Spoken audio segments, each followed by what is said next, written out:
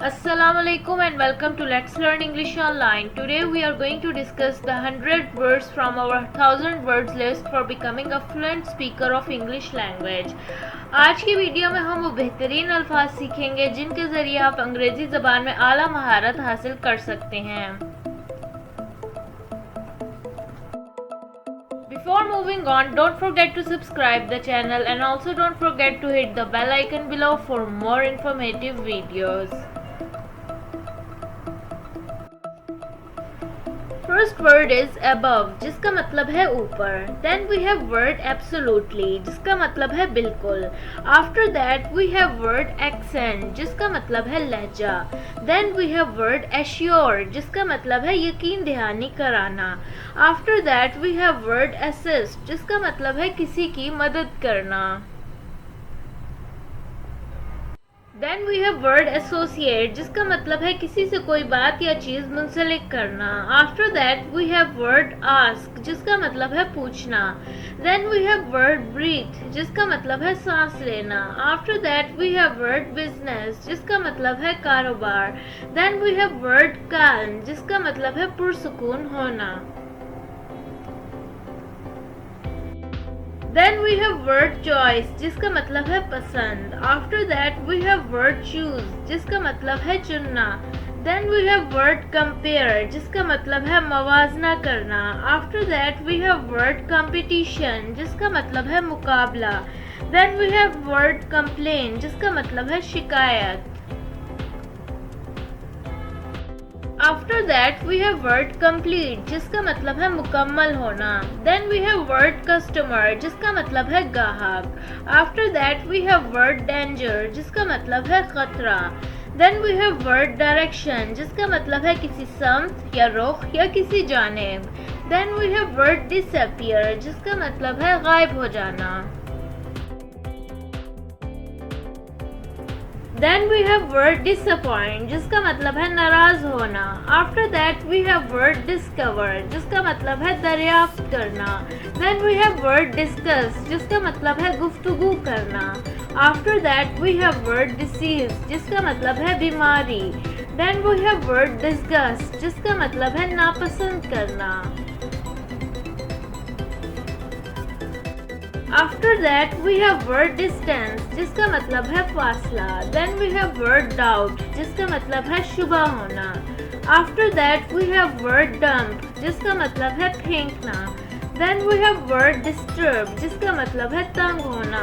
After that we have word early, जिसका मतलब है जल्दी. Then we have word earn, जिसका मतलब है कमाना. After that we have word ease, जिसका मतलब है आसानी के साथ. Then we have word easy, जिसका मतलब है आसान. After that we have word embarrass, जिसका मतलब है शर्मिंदा होना. Then we have word emotions, जिसका मतलब है जज्बात. After that we have word encourage, जिसका मतलब है हौसला अफजाई करना. Then we have word energy, जिसका मतलब है कुव्वत. After that we have word enormous, जिसका मतलब है बहुत बड़ा. Then we have word entire, जिसका मतलब है सारा का सारा. After that we have word environment, जिसका मतलब है माहौल. After that we have word escape, जिसका मतलब है भागना. Then we have word flame, जिसका मतलब है शोला. After that we have word float, जिसका मतलब है तैरना. Then we have word fool, जिसका मतलब है बेवकूफ़. After that we have word foreign, जिसका मतलब है खारजा यानी बाहर का होना. Then we have word forest, जिसका मतलब है जंगल. After that we have word forget, जिसका मतलब है भूलना. Then we have word forgive, जिसका मतलब है माफ़ करना. After that we have word fortunate, जिसका मतलब है खुशकिस्मत. Then we have word fresh, जिसका मतलब है ताज़ा. After that we have word guarantee, जिसका मतलब है यकीन दहानी कराना. Then we have word help, जिसका मतलब है मदद करना. After that we have word